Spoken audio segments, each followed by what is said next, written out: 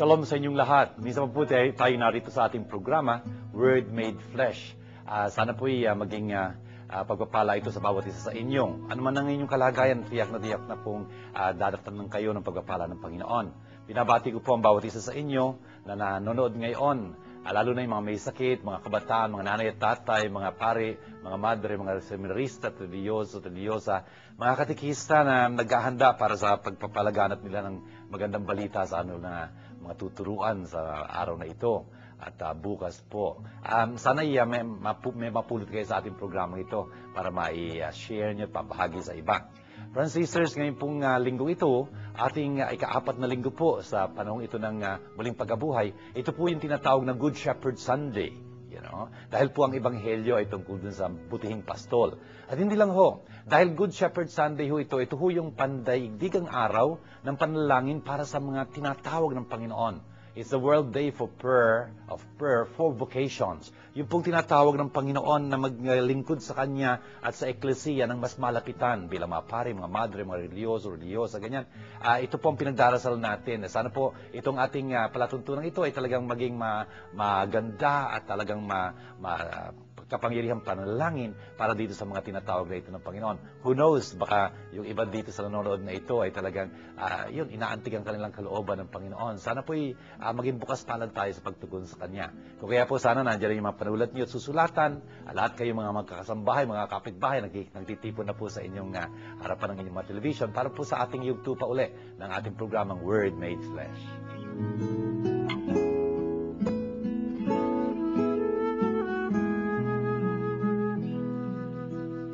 Sumagot si Pedro na puspos ng Espiritu Santo. Mga pinuno at matatanda ng bayan, kung sinisiyasat ninyo kami ngayon tungkol sa kabutihang ginawa namin sa lumpong ito at kung paano siya gumaling, talastasin ninyong lahat at ng buong Israel na ang taong ito'y nakatindig sa inyong harapan at lubusang gumaling dahil sa kapangyarihan ng pangalan ni Jesucristong taga Nazaret. Siya'y inyong ipinako sa krus, ngunit muling binuhay ng Diyos.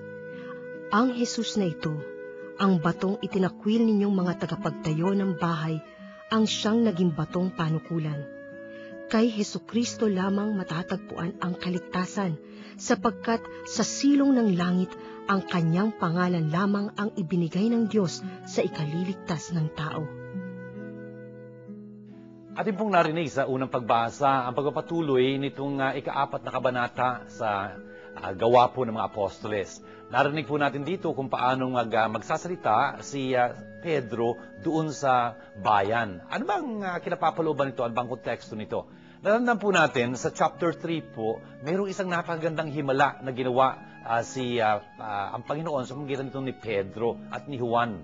Isa hong lumpo ang napalakad nila. Kaya naman ang laking kababalaghan noon, talagang yung mga tao. At tuloy, ayun, nakapangaral si Pedro doon sa pagkakataong yun. At dahil doon sa pangangaral na yun, dinakip po siya at si Juan. At ayun, nandun sila sa harapan ng Sanhedrin. Yung Sanhedrin hong ito ay yung parabang Supreme Court nila. 71 members ho ito. Mga punong pari, for example, the high priest is member ex officio. Tapos maraming mga elders, mga pangunahing mga mamayan ng lipunan ng mga Hudyo. Tapos nandun yung mga chief priests, yung mga dating punong paring ganyan, kasama din sila. Lahat-lahat ho, isang lupon ho ito na talaga namang mga tanyag na mga tao, may mga pinag-aralan, matataas na tao sa lipunan. Ayan, kaharap po sila. Humaharap po sa kanila si Pedro, a poor fisherman. Medyo ang tindi ho nung site na yun, pagka naintindihan ninyo, isang ordinaryong mangingisda, wala man lang pinag-aralan. Sila nga ho, mangha-mangha eh. Sino taong tumaharap sa atin? Alam natin, wala naman siya pinag-aralan.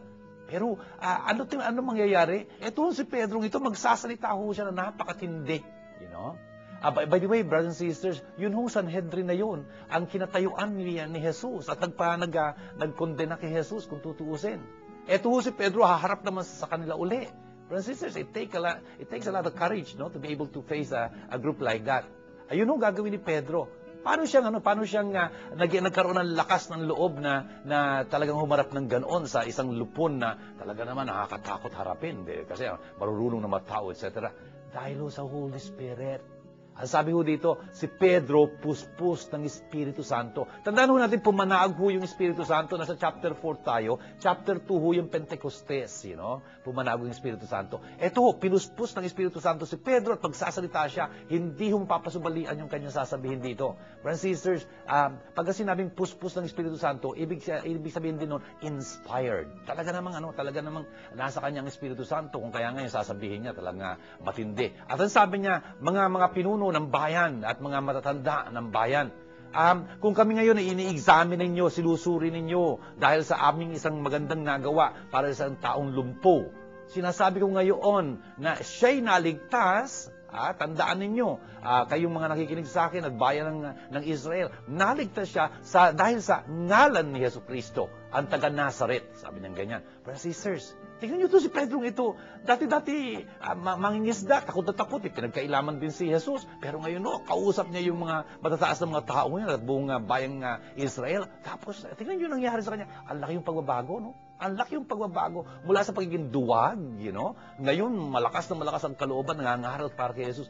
Bakit ho? Bakit nagkaroon ng ganung malaking pagbabago? Dahil nga sa Espiritu Santo. Siguro natatandaan ninyo, tinuturo ko sa inyo na ang Espiritu Santo ho ang prinsipyo, una, ng pagbabago, ikalawa, ng pagkikipagkasundo.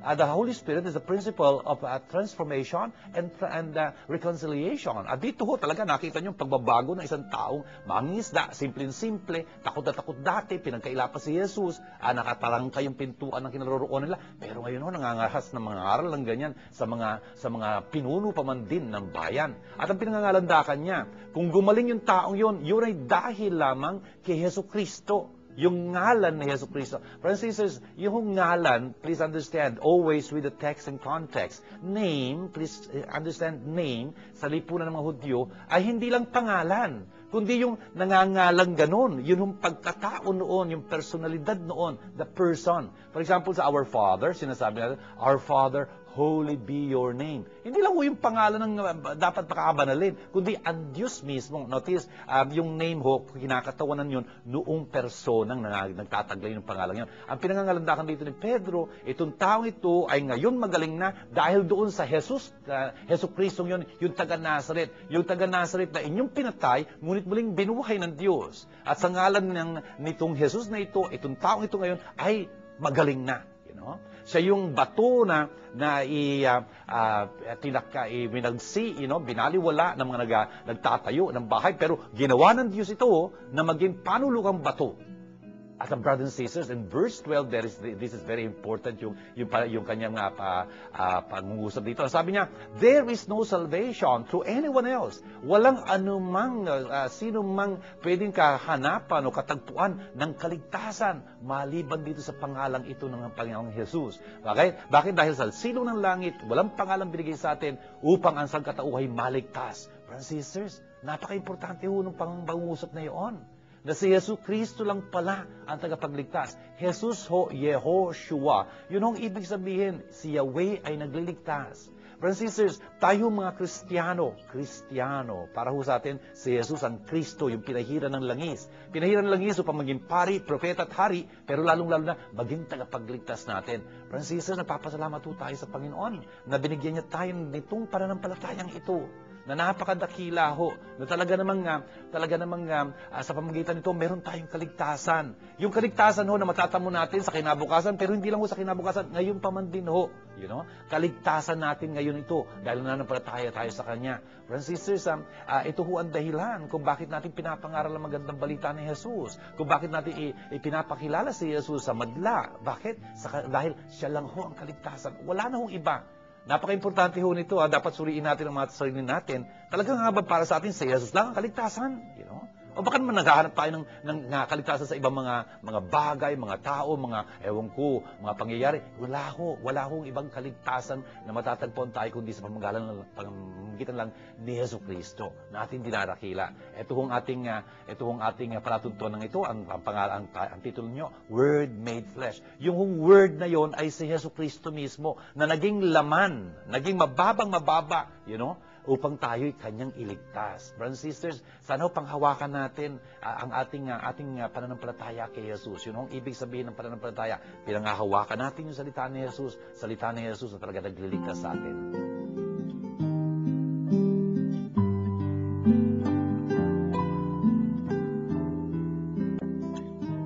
Isipin ninyo kung kaano kalaki ang pag-ibig sa atin ng Ama. Tinatawag niya tayong mga anak ng Diyos at iyan ang totoo. Ito ang dahilan kung bakit hindi tayo nakikilala ng mga makasanlibutan. Hindi nila kinikilala ang Diyos. Mga minamahal, sa ngayon tayo'y mga anak ng Diyos, ngunit hindi pa nahahayag ang magiging kalagayan natin. Gayunman, alam nating sa pagparitong muli ni Kristo, tayo'y matutulad sa Kanya, sapagkat makikita natin siya sa Kanyang likas na kalagayan. Sa panahon pong ito ng mga muling pagkabuhay, naririnig po natin ang mga pagbasa mula sa mga lathain ni San Juan, And so, the second reading today ay galing dito sa unang sulat po ni San Juan. 3 po itong mga sulat na ito. At dito po sa sulat na ito, tulad ng Ebanghelyo ho ni Juan, pagdidiinan po dito yung pag-ibig sa atin ng Diyos. At sinasabi niya ho dito sa umpisa ng ating pagbasa, see what love the Father has bestowed on us, that we may be called children of God. Napakaganda hong bagay noon.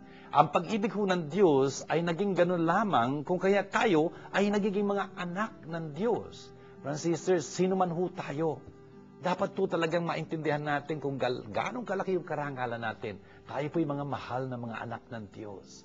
Hindi ho tayo anak lang ng tatay at nanay natin. Hindi ho, sa pamamagitan ho ng binyag ho na ating pinagdiriwang sa panahong ito ng muling pagkabuhay. Tulad ng panahon ho ng Kwaresma, paghahanda ho yun para sa paggunit at pagsariwa natin ng ating binyag sa araw ho ng muling pagkabuhay. Dito po sa muling pagkabuhay, itong panahong ito ng muling pagkabuhay, this Easter season, talaga naman ho kinagagalak natin, ating pinagdiriwang yung ating pagiging mga anak ng Diyos. At nangyari ho yun nung tayo ho'y binyagan.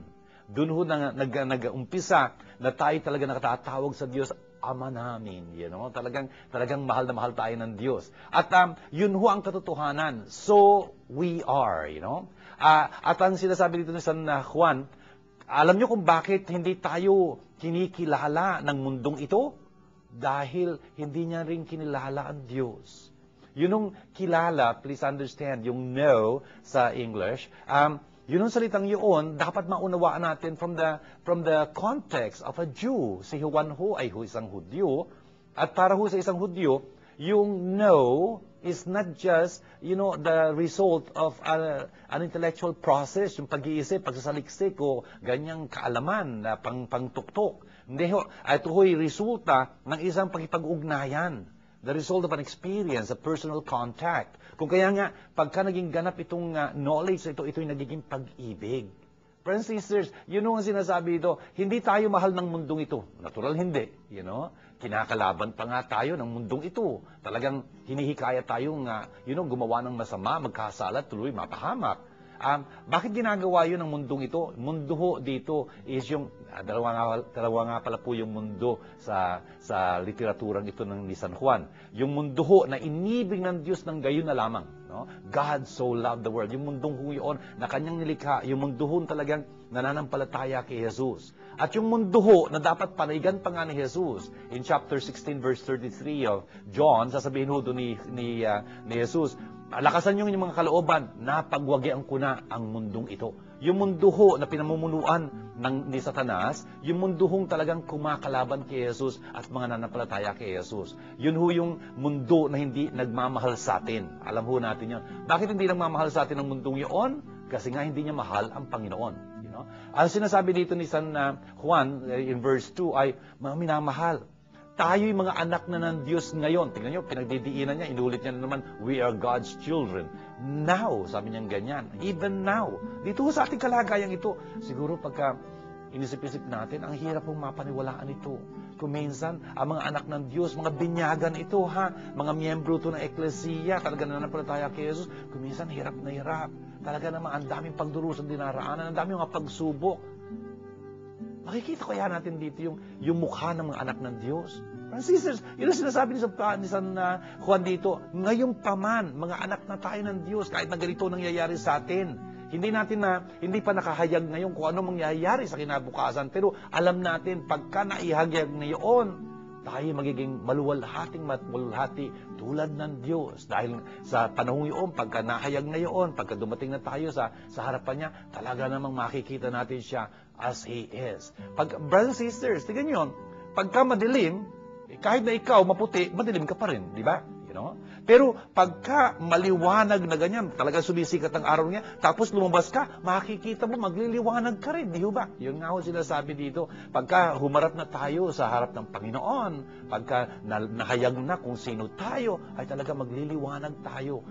Mahayag kung natulad na tulad tayo niya. Bakit? Makikita natin siya as He is. Brothers and sisters, yun ang ating inaasam-asam. Please remember, nandito tayo sa buhay na ito, may mga pagsubok, may mga kahirapan, yes, you know? Pero dapat ho, isaisip natin lagi, you know, isaisip natin lagi na tayo hinihintay ng Diyos, na ngayon pa man, mga anak niya tayo, pinapahintulutan niya tayo dumaan sa mga pagsubok na ito, sa mga hirap na ito, tulad pinahintulutan niya ho si Jesus, you know? Pinahintulutan niya si Jesus na kanyang minamahal na anak na magdusa. Yun din ho, pinahintulutan niya tayo. Bakit? Kasi alam niya, sa kabila ng pagdurusa, magkakaroon ng kaluwalhatian. Brothers and sisters, alam naman natin yun, no? Kung wala hong Biyernes Santo, walang Sabado de Gloria, hindi ba? You know?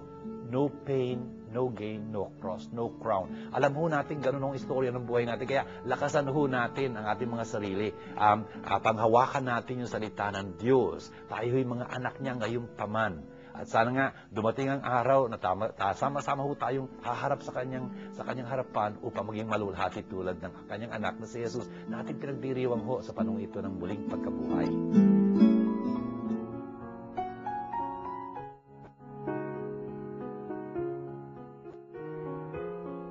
Sumainyo ang Panginoon. Ang magandang balita ng Panginoon ayon kay San Juan. Winika ni Jesus, ako ang butihing pastol. Iniaalay ng butihing pastol ang kanyang buhay para sa mga tupa. Ang upahan ay tumatakas kapag nakita niyang dumarating ang asong gubat. Iniiwan niya ang mga tupa. Palibhas ay hindi siya pastol at hindi kanya ang mga tupa. Kaya't sinisila ng asong gubat ang mga ito at pinangalat. Tumatakas siya palibhas ay upahan lamang at walang malasakit sa mga tupa. Ako ang butihing pastol. Kung paanong nakikilala ako ng Ama at siya'y nakikilala ko, gayon din naman, nakikilala ko ang aking mga tupa at ako na may nakikilala nila. At iniaalay ko ang aking buhay para sa mga tupa. Meron akong ibang tupa na wala sa kulungang ito. Kinakailangan sila'y alagaan ko rin. Pakikinggan nila ang aking tinig. At sa gayoy magiging isa ang kawan at isa ang pastol. Dahil dito'y minamahal ako ng Ama, sapagkat iniaalay ko ang aking buhay, upang ito'y kunin kong muli. Walang makakuha nito sa akin, kusa ko itong ibinibigay. Mayroon akong kapangyarihang ibigay ito at kunin uli. Ito ang utos na tinanggap ko sa aking Ama. Ito mga kapatid, ang magandang balita ng ating kaligtasan. Mga kapatid, tingnan nyo, ito po'y ang ebanghelyo na tumutukoy sa butihing pastol. Chapter 10 po ni San Juan. I am the good shepherd. Uulit-ulitin po ni Jesus yun. Tayo mga Pilipino may konting problema dito. Bakit? Wala ho tayong shepherds. Yun ang pastol na alam natin, pastol ho ng kalabaw o pastol ng baka. Iba ho yun sa pastol ng kawan. You know? Ibang-iba ho. Brothers and sisters, pagka sinabi ni Jesus, ako ang butihing pastol. Notice, the word butihin, yung English ho, medyo pwedeng improved. I am the goodly shepherd. Malaki yung kaibahan ng good tsaka goodly. Tulad din naman, malaki ang kaibahan ng mabuti tsaka butihin. Kunyari, isang doktor. Yung doktor, ang galing-galing niya. mabuting doktor talaga. Dalubhasan, dalubhasa. Pinagaling ka niya, no? Doon sa matindi mong sakit, malubha mong sakit, gumaling ka tuloy, dahil mabuti siyang doktor. Kaso, nung singilan na po, nung binigay niya sa yung bill, halos mamatay-matay ka, kasi tinaga ka talaga napakatindi. He was a good doctor, but not a goodly doctor. Pero yung isang butihing doktor, siguro wala kang mababayad, siguro babayad mo itlog o manok o something, that doesn't matter. He was able to save a life, Brothers and sisters, yun ho si Jesus, a goodly shepherd. Hindi lang ho marunong siya na mangalaga ng kanyang kawan. Hindi lang marunong. Siya ho'y talagang handa pa nga ibuwis ang kanyang buhay para sa kanyang mga nasasakupan. Brothers and sisters, shepherd. Tingnan nyo, yung shepherd ho, dito for example, sasabihin ni Jesus, yung shepherd, ipagtatanggol niya yung kanyang kawan. Talagang he is ready to lay down his life for his sheep. Bakit? Kasi yung mga tupa ho, talagang aamo ng mga tupa eh. Pagka dumating yung asong gubat, for example, yung fox, yung lobo, ganyan. Abay, tingnan nyo, talagang ipapangalat niya yung mga sheep na yun. Wala silang kalaban-laban. Talagang lalapain lang sila niya. Abuti naman, yung shepherd, meron siyang yung staff niya, tapos yung kanyang club, talaga ipagsasanggalang niya yung tupa niyang ganyan. Hindi niya pa intulutan na lapain yun or something. And of course, namimiligro siya, brothers and sisters, lalo na kung marami-rami yung kalaban niya. Pero ganun pa man, ganun ang mangyayari. Talagang ipagtatanggol niya sa presyo ng kanyang buhay din kung kakailanganin. Yun ang sinasabi dito ni Jesus. Hindi lang ho yun. Yung shepherd. Alam niya ho yung kanyang tupa. I am the goodly shepherd, I know mine and mine know me. Bakit? Kasi ho yung shepherd, nakakapagtataka ho ito. Meron akong, nakwento ko na ho dito ito, gusto kong ulitin. Meron ako isang superior, mahal na mahal ko itong paring ito. Siya ho nagturo sa akin ng Biblia, kaya pinaparangalan ko siya pagka nagtuturo akong ganito sa inyo. Brothers and sisters, isa siyang Espanyol, at nung bata-bata siyang pare, nandun ho sila sa kabundukan, nagbabakasyon. Tapos, magang-maga ho, nag-jogging sila ng mga kasama niya, mga kabataan doon. Tapos, napadaan sila sa isang patag na lugar, ang dami hong tupa, ang dami hong pastol. Ganun pala yung pagkagabi, tinitipon nila yung mga tupa nila. Tapos, yung mga pastol, sama-sama sila. At pagka matutulog na, nakaposisyon sila. Kasi ang hirap magbantay na maraming tuma kung mag-isa ka lang, Pero ito, at least, madidistribute nila sarili ng ganyan, para babantayan mas lalo yung kanilang tupa. Ang maganda ho nito, umaga na yun. Gising na ho yung may isang pastol doon, medyo may matanda-tanda na yung pastol na yan. Tapos huntahan sila nitong paring kaya tinutukoy ko, si Father Jose Luis. Tapos ang sabi ni Father Jose Luis sa kanya, kaibigan, alam mo, itong mga tupa mo, lahat sila pare-pareho, no? Sabi nung matandang tupa, Padre, wala akong dalawang magkapareho dyan. Ano? Oo, wala akong dalawa. Ako, mahirapan akong makita kung ano akin dito kasi sama-sama kayo. Sabi nung matandang pastol, ay wala akong problema sa akin yun. Alam ko kung ano lang akin dyan, At yung mga tupa ko, kilala rin ako. Talaga? Sabi niya, oo. Paano mangyayari yun? Ganito ho. Sabi nung pastol sa kanya, Padre, dito tayo sa malayo-layo. Okay? Tapos nandun yung kawan sa harapan. Tapos alam niyo kung ano ginawa nung matandang pastol? Sabi niya, ganon. Meron siyang ginawang tunog. Makita mo yung tupa niya, naglalabas ang ganyan. Naglalabas. Yung tupa niya lang ho. Yung ibang hindi niya tupa. Ayun lang, natili ito, parang walang nangyari. Pero yung mga tupa niya, ganon. They know my voice, Yun nga ho eh. I know mine and mine know me. Alam niyo kung bakit niya kilala yung mga tupa niya? Kasi ho, pagka magpapastol na ho ng tupa, hindi ho arawan niyaan, buwanan niyan, kung tutuusin. Pagka umalis ho sila doon sa kanilang baryo, sa loob ho siguro ng 3 buwan niya bago sila bumalik uli. Kasi naman, dapat pamunuan itong shepherd yung kanyang flock to greener pastures. Hindi pwedeng uwian, mga ngayayat ho yung pag inuwi mo lagi. Kailangan mo yung taba nila, kailangan mo yung fleece nilang ganyan. Kung kaya, dapat talaga ipapastol mo silang ganoon. And brothers and sisters, sa mga tuwido, day in, day out, nandun magkakasama sila.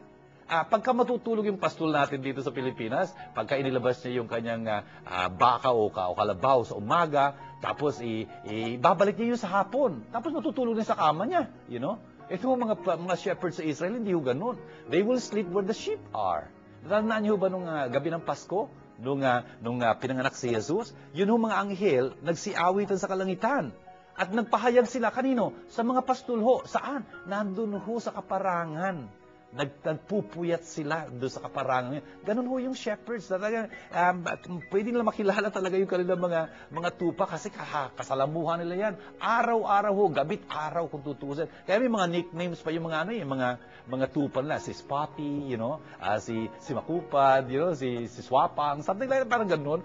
Si Masaya. May mga pangalan ho silang ganun. I mean, really, the shepherd knows his sheep.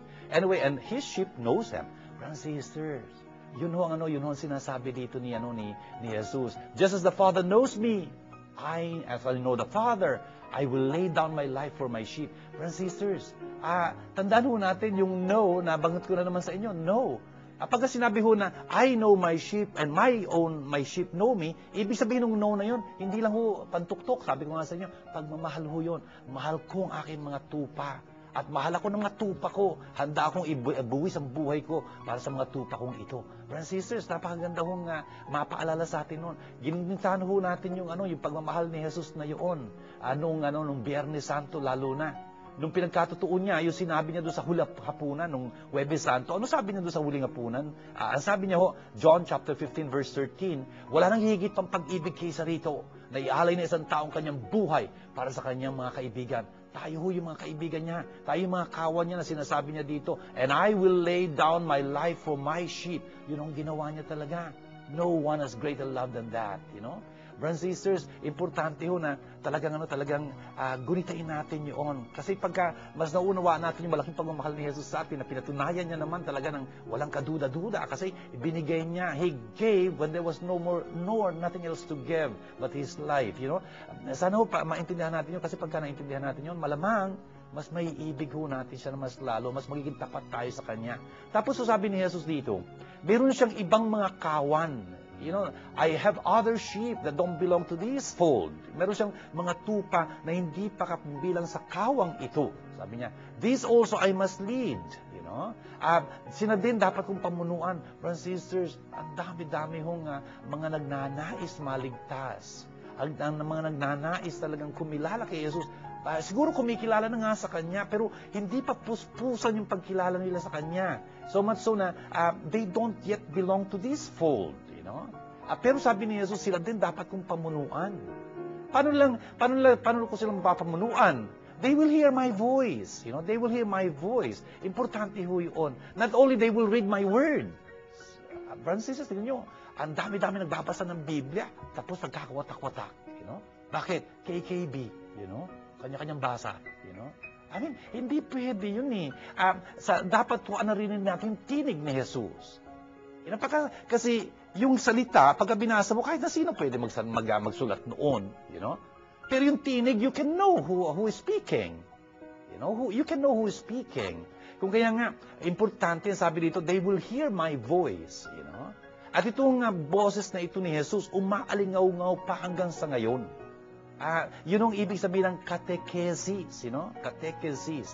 Kataeho. You know, doon ho galing yung salitang catechesis, catechetical, you know, kataeho, sa Griego. Kata, ibig sabihin down. Hindi ba sa physics, electrolysis, yung cathode, anode.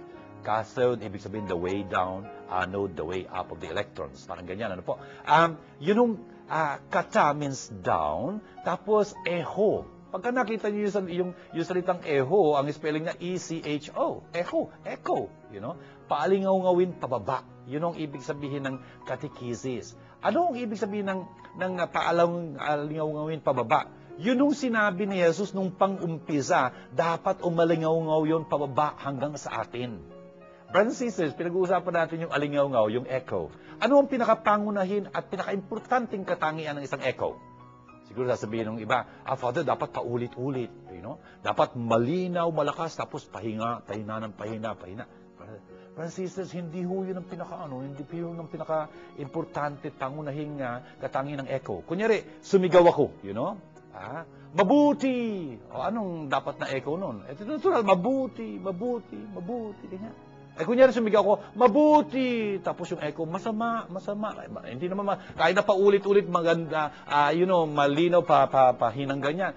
Kung hindi naman pareho nung sinagaw, hindi naman echo yun, Kung ganyan, ang pinakapangunahit, importanteng katangian ng isang echo ay yung katapatan.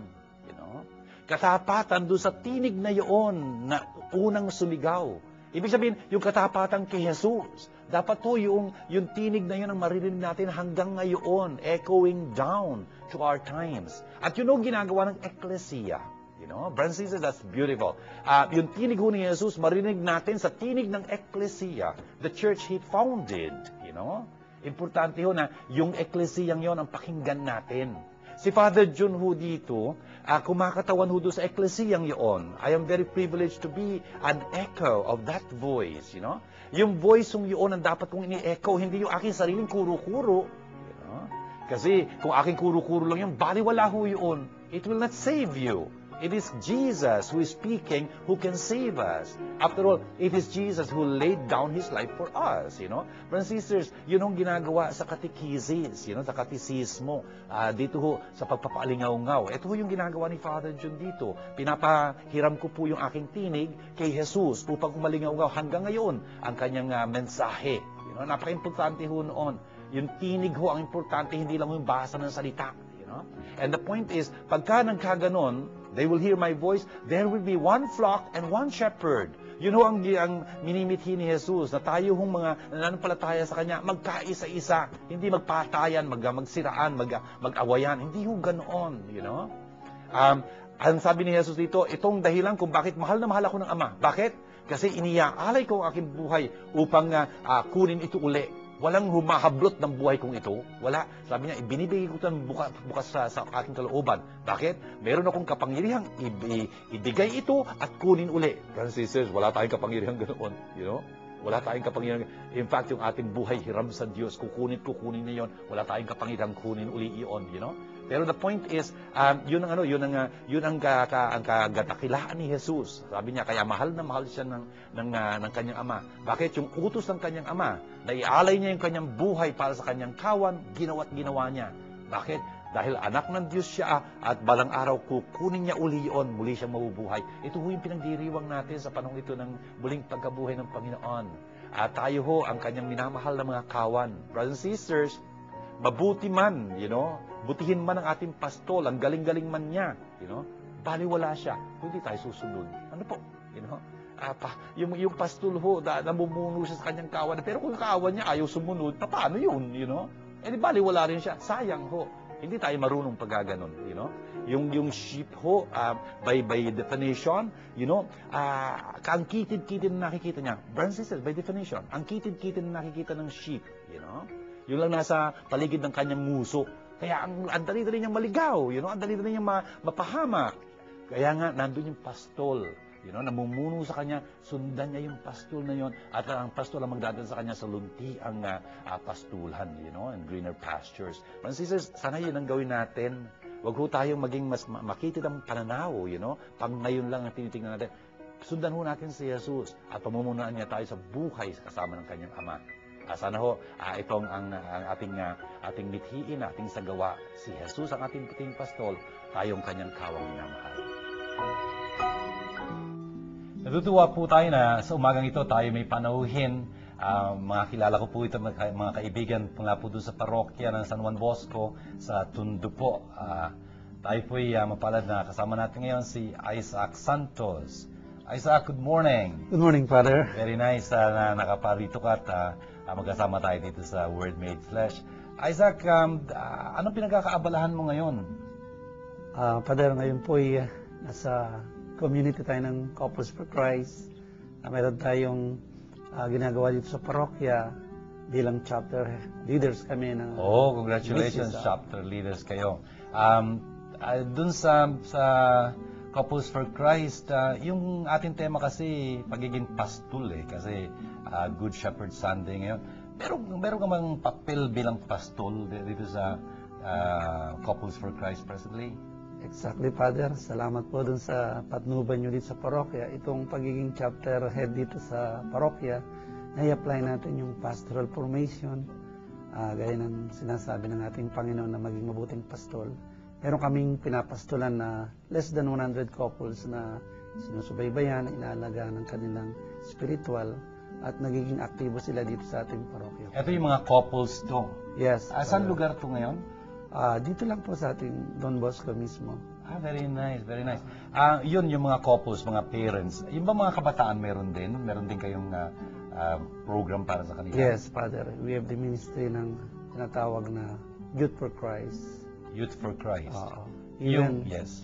Even Kids for Christ we have. Okay. Yung paghuhubog sa kanila, anong tawag yun doon?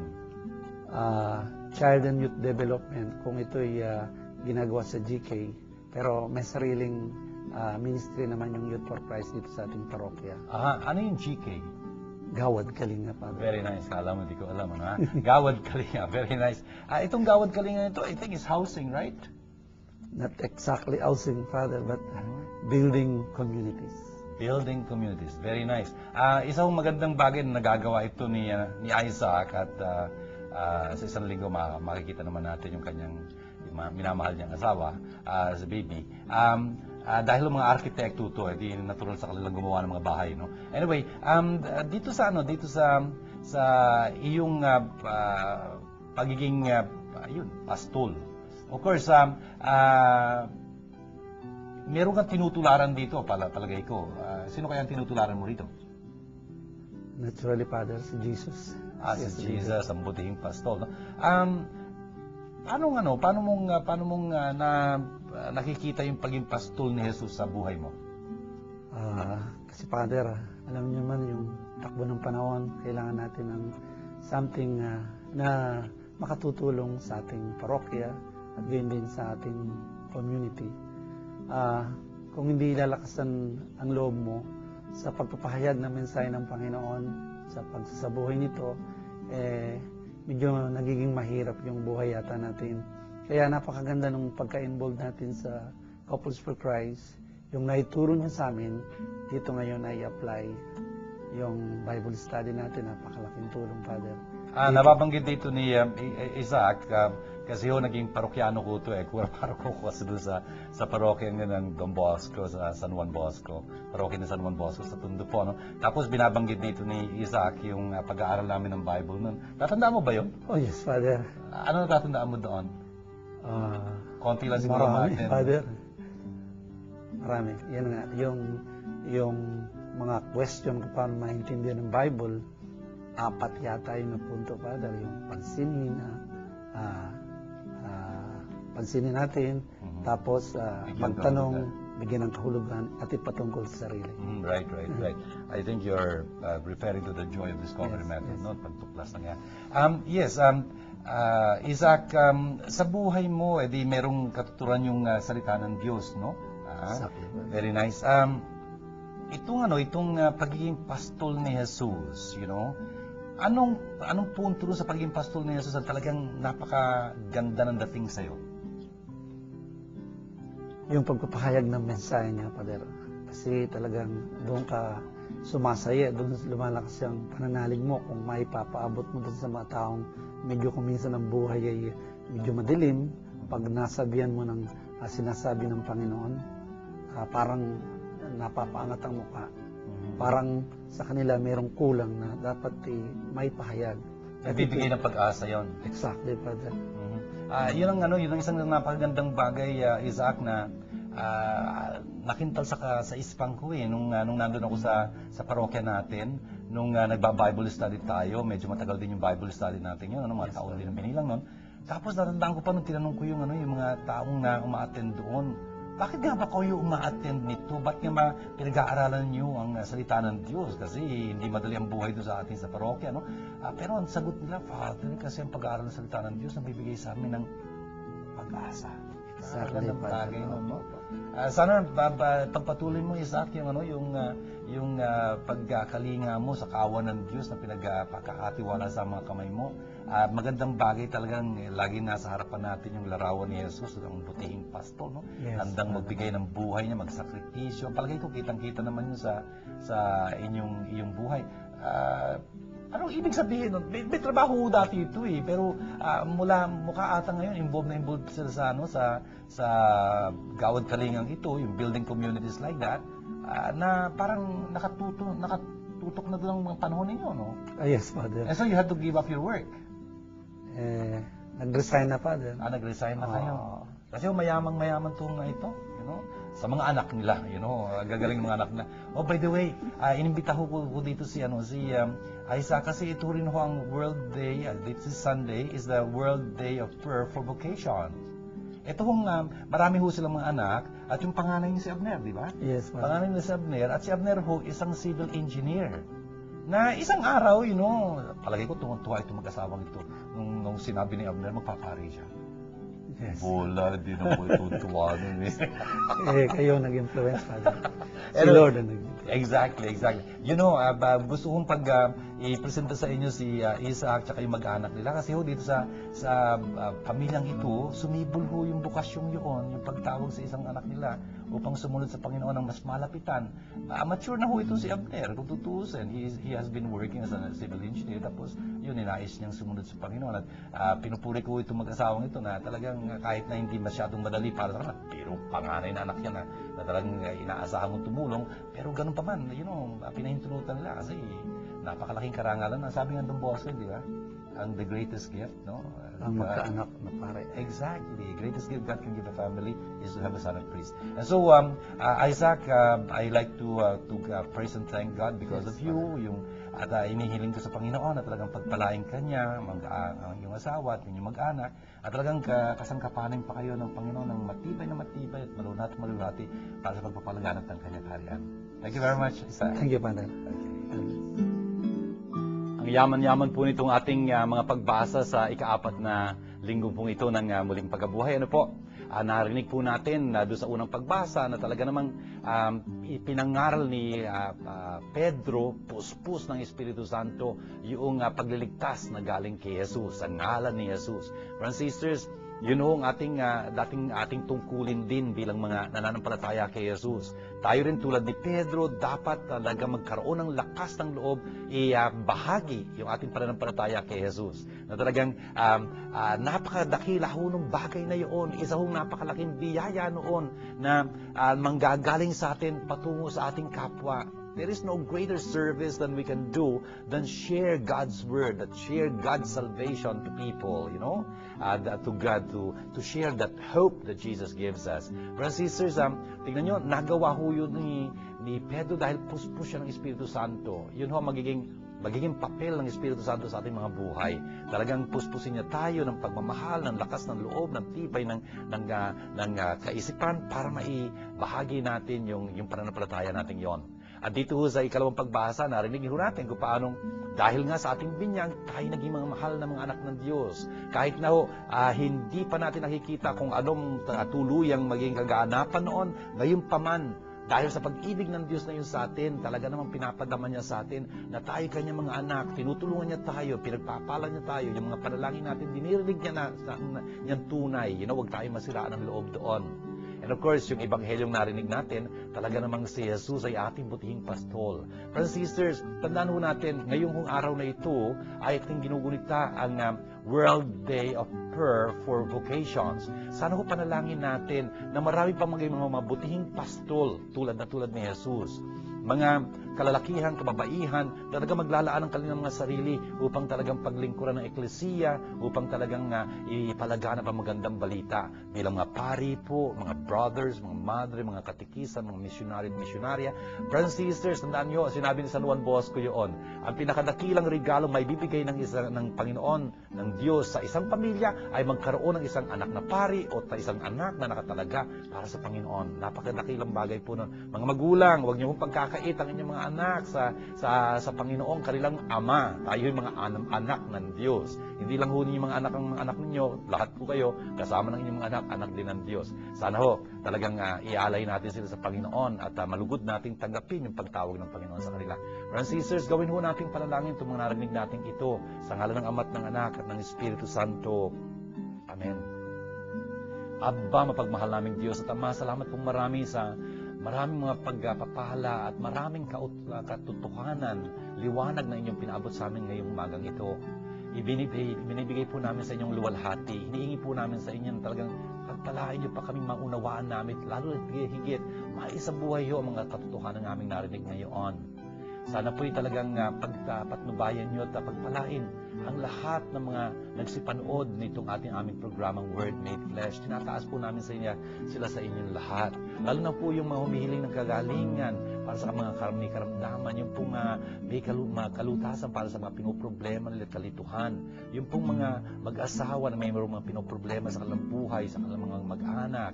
Yung pong humihiling ng tulong dahil meron silang kakaharap ng mga pagsubok, mga examen, mga kung ano pa yung kanilang mga intensyon. Sana po idampian nyo sila ng inyong pagpapala, lalo na po yung mga nangungulila din dahil sa pagyaong kanilang minamahal. Aba, pagpalain niyo ho ang lahat ng mga tumutulong sa amin sa pagkawid nito ang aming programang Word Made Flesh. At yung nagnanais pa man ding tumulong, sana po ipagpalain niyo na sila. Ang lahat pong ito yung ginagawa namin dalangin, alang-alang kay Kristong aming Panginoon. Amen. Sumainyo ang Panginoon. At pagpalain po kayo masaganang kapangyarihang Diyos, Ama at Anak at Espiritu Santo. Amen. Ito po ang ating naging programang Word Made Flesh. Sana po yung naging pagpapala ito sa inyo. Hanggang po sa muli natin pagkikita. Shalom po sa inyong lahat.